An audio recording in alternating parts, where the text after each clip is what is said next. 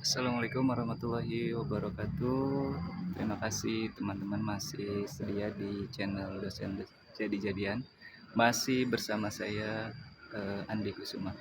Sebenarnya mohon maaf saya baru sempat lagi membuat video karena saya harus menyelesaikan tugas akhir skripsi saya dan juga banyaknya pekerjaan. Di kesempatan kali ini, di video ini, alhamdulillah hari ini tadi ya saya baru saja melaksanakan sidang skripsi dan alhamdulillah sudah berjalan lancar. Saat ini saya sedang berada di kampus Universitas Tazkiyah. Eh, di video ini saya ingin membagikan kepada teman-teman, khususnya yang teman-teman karyawan yang ingin berkuliah lagi dan takut nih gimana nanti nggak bisa buat skripsi ya. Mungkin barangkali ada keterbatasan, apa namanya, ya ada kekhawatiran gitu ya, ada ketakutan. Nah teman-teman, jadi sekarang itu untuk skripsi, untuk tugas akhir S1 itu tidak mesti, khususnya di kampus kami ya, di kampus saya di Tazkiyah itu khususnya saat ini tuh tidak harus bentuknya selalu skripsi gitu ya. Jadi untuk syarat kelulusan itu sekarang bentuknya bisa studi kelayakan bisnis, bisa mini project, kemudian bisa apa, magang dan sebagainya gitu ya. Ada beberapa opsi dan pilihan. Jadi buat teman-teman yang mungkin ya pusing ya nanti untuk buat skripsi itu harus ada statistikanya segala macamnya gitu ya. Nah itu sekarang bisa ada pilihan. Dan saya sendiri untuk tugas akhir saya memilih studi kelayakan bisnis atau feasibility study dengan metode pendekatan analisisnya itu bisnis model canvas. Jadi kita membuat sebuah rencana bisnis, kemudian dianalisis. Ini metodenya kualitatif. Jadi nanti kita metodenya itu wawancara gitu ya. Jadi nggak pakai statistika gitu ya. Kita bisa bisa analisis rencana bisnis kita dengan pendekatan bisnis model canvas dari Osterwalder ya, Wigner dan Osterwalder. Nah, jadi buat teman-teman gak usah takut untuk kuliah lagi, sekarang bisa gitu ya. Jadi nggak perlu takut skripsian, jadi bisa buatkan saja rencana bisnis yang itu lebih, menurut saya itu lebih mudah. Dalam arti kata lebih mudah itu karena rencana bisnis itu berasal dari pemikiran kita dan itu dituangkan di dalam diekstraksi gitu ya menjadi sebuah hipotesis dan divalidasi dengan proses penelitian, wawancara, kemudian juga nanti kita studi pustaka dan lain-lain gitu ya.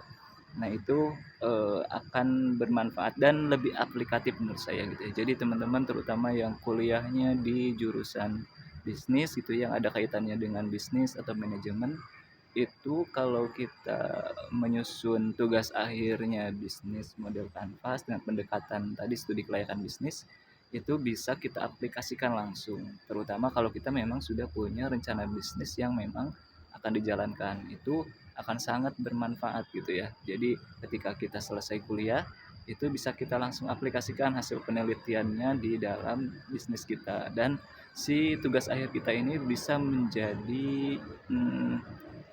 menjadi bahan kita propose investor gitu ya. Jadi ketika ya bisnis kita nanti kita akan ajukan nih ke investor atau kita mau menggalang ataupun mengajukan pendanaan, nah, kita sudah punya ini nih, punya apa namanya, punya hasil penelitian rencana bisnis kita atau feasibility study dari bisnis kita. Jadi kita tinggal sodorkan nih bahwa kita sudah melakukan penelitian untuk rencana bisnis kita, hasilnya seperti ini A, B, C dan itu lebih tervalidasi ya karena kita kan sudah di sidang gitu ya.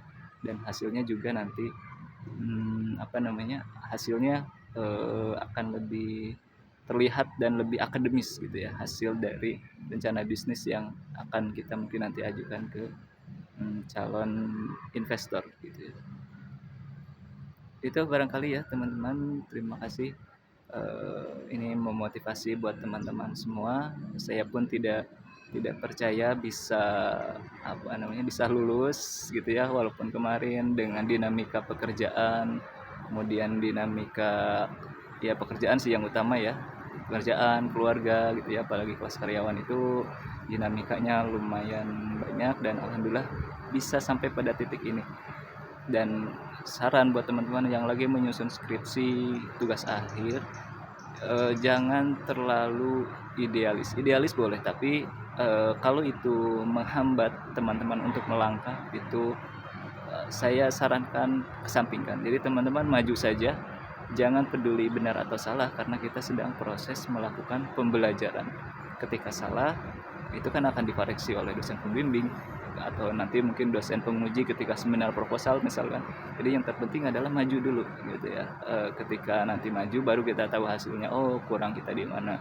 Jadi jangan sampai kita berpikir wah idealis gitu ya, ini pengen sempurna, pengen nggak banyak pertanyaan dari dosen penguji, tentu itu mustahil gitu ya, karena dosen penguji itu ditugaskan fungsinya yaitu untuk mengkoreksi, untuk mencari celah titik kekurangan gitu ya. Pasti ada saja kekurangan dari tugas akhir, nggak akan perfect 100%, nggak akan misalnya ketika sidang gitu ya tiba-tiba oke nggak ada catatan nih kamu langsung, itu tidak mungkin, jadi pasti ada saja dan itu sangat wajar karena kita sedang melakukan proses pembelajaran. Jadi terima kasih sudah bergabung di channel dosen jadi-jadian.